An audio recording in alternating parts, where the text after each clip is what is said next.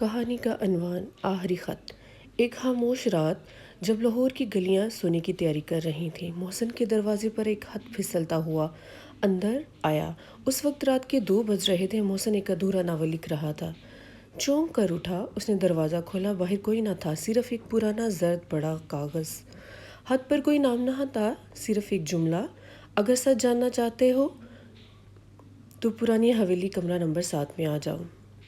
رات 3 بجے سے پہلے محسن، جو خود کو حقیقت اور فکشن کے درمیان الجھتا ہوا محسوس کرتا تھا، کچھ لمحے سوچتا رہا۔ پھر جیسے اس کے اندر کا تجسس ہار گیا اور خوف اس پر غالب آ گیا۔ پرانی حویلی جو کئی سالوں سے بند تھی، شہر کے مضافات میں ایک سنسان جگہ پر واقع تھی۔ اس کے بارے میں مشہور تھا کہ وہاں سے عجیب آوازیں آتی ہیں۔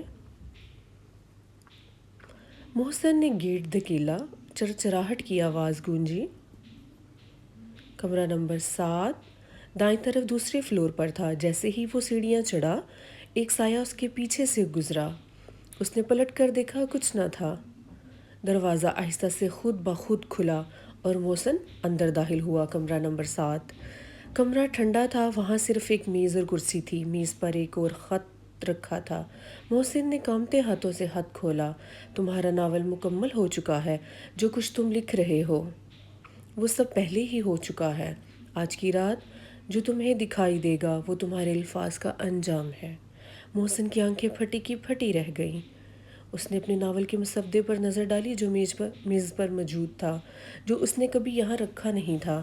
اگلا صفحہ کھولا اور حیرت سے اس کا رنگ زرد ہو گیا۔ اگلے صفحے پر لکھا تھا: محسن نے جیسے ہی پلٹ کر پیچھے دیکھا، ایک چہرہ سامنے آ گیا جسے وہ برسوں سے مردہ جانتا تھا، اس کا جڑواں بھائی معراج۔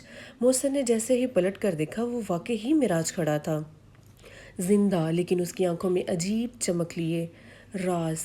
معراج جسے ایک حادثے میں مردہ سمجھا گیا تھا، در حقیقت تنظیم کے لیے کام کر رہا تھا۔ اس نے خود کو مردہ ظاہر کیا تاکہ دشمن اسے تلاش نہ کر سکے۔ اس حویلی میں تمہاری حقیقت، محسن، معراج نے کہا، تمہاری کہانی ختم نہیں ہوئی۔ اچانک دروازہ زور سے بند ہو گیا۔ اختتام: اگلے دن محسن کا کوئی اتا پتہ نہ تھا اور صرف اس کا ناول کمرہ نمبر 7 میں کھلا تھا اور آخری خط پر لکھا تھا: جو کہانیاں شاید ہم لکھتے ہیں وہ کہانیاں شاید ہمیں لکھتی ہیں۔